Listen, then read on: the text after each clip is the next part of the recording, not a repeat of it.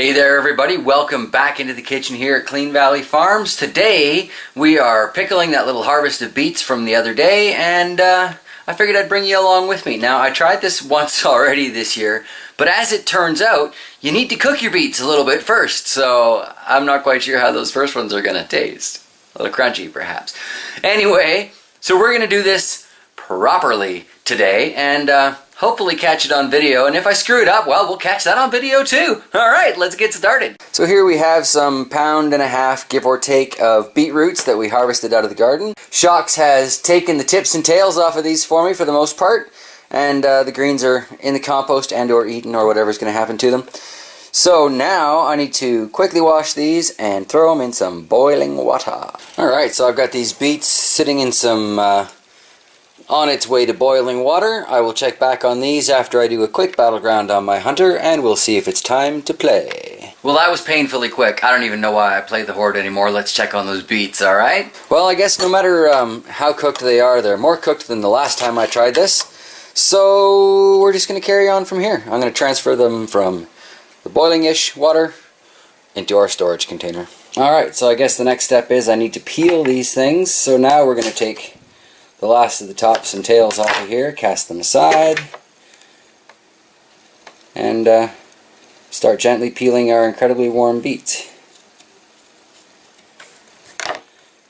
I must admit I'm kind of against the idea of peeling vegetables in general, because it's my understanding that that's where a lot of the vitamins and nutrients and stuff are. But I'm just trying to do it properly instead of doing it my way, because my way did not work last time.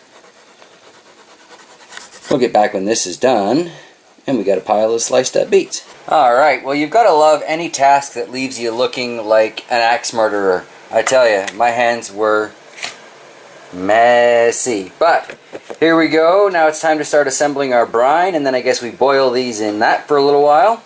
So we'll get started on that. So we've got 1.5 cups of white vinegar, 1 cup of water. Gonna put these into our pot. About 3/4 of a cup of white sugar, 1 tablespoon of, it says pickling salt, we've got kosher salt, just gonna have to cope, and add a tablespoon of pickling spice tied up in a cheesecloth. Now I need to let this get to a simmer and stay there for about 10 minutes. Alright, things just got a little louder because I'm sterilizing the jars over there.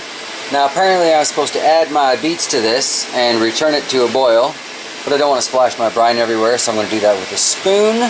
Well, that certainly looks like it's returned to a boil, so we'll get this over here to get ready to put it into our jars.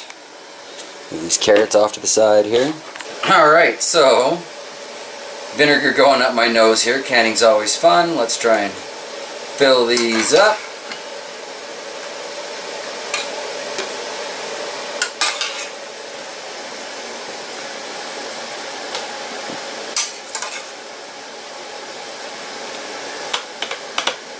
Move on to the next one here, I think.